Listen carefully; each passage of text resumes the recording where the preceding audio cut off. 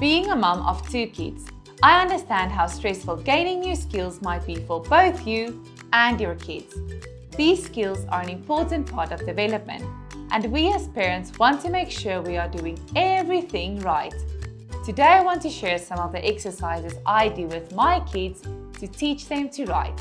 They are easy, fun, and help to develop fine motor skills and imagination.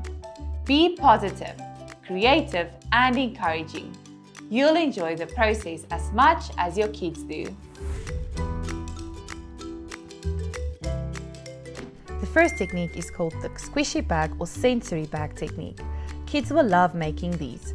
What do we need to make these awesome bags? 1 cup of flour, half a cup of water, a Ziploc lunch bag, food coloring, a food spatula or mixing spoon, and sticky tape. First, add the food coloring in the flour.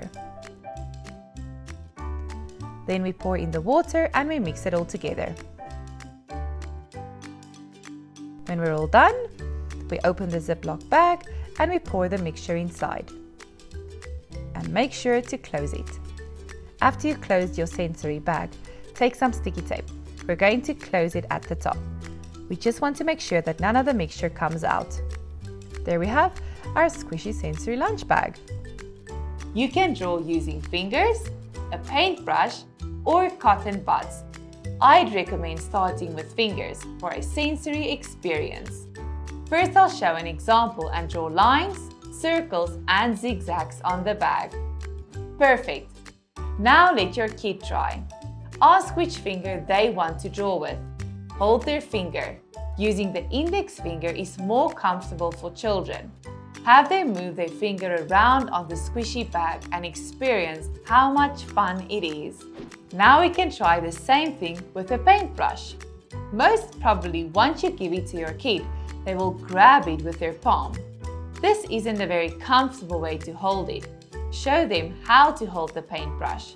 Put it on the table and grip it using your thumb and your index finger. Your thumb is on top.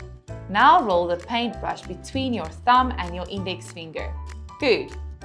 Fix the position and put your middle finger under the paintbrush. Then slowly lean the brush until it touches the squishy bag. Hold to show your kid that this is the right position to start drawing. To make it even more fun and interesting for your kid, tell them that it's a magic wand and they should learn how to use it in the correct way in order for all their wishes to come true. This activity is a little bit messier, but still very good to get your kid more familiar with writing letters of the alphabet. You will need paper, a marker, and finger paint or washable ink. Please make sure that the ink is safe for kids. On the paper, write out different letters you want your child to work on. It's better to just do a few letters. If they are interested, you can add more. Writing too many letters might become overwhelming for your child. Let's start with A, B, C, and D.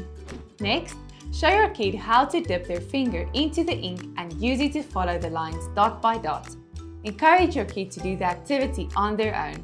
You are not here to control, but to guide and help.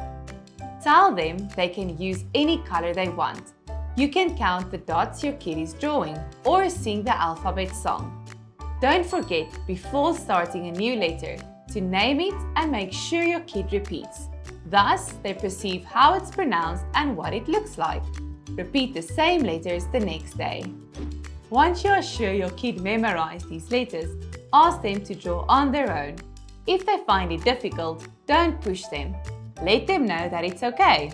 Write the letters on the paper and continue with dots and lines. Every kid has their own pace. The important thing is that you spend time together and show them your support in gaining new skills. I use these activities with my kids, and I'm honestly not sure who enjoys them more, me or the kids. I hope you'll have fun too. Thank you for watching this video, and don't forget to subscribe to the Novakid channel to receive updates on our next videos. Take care. Bye bye.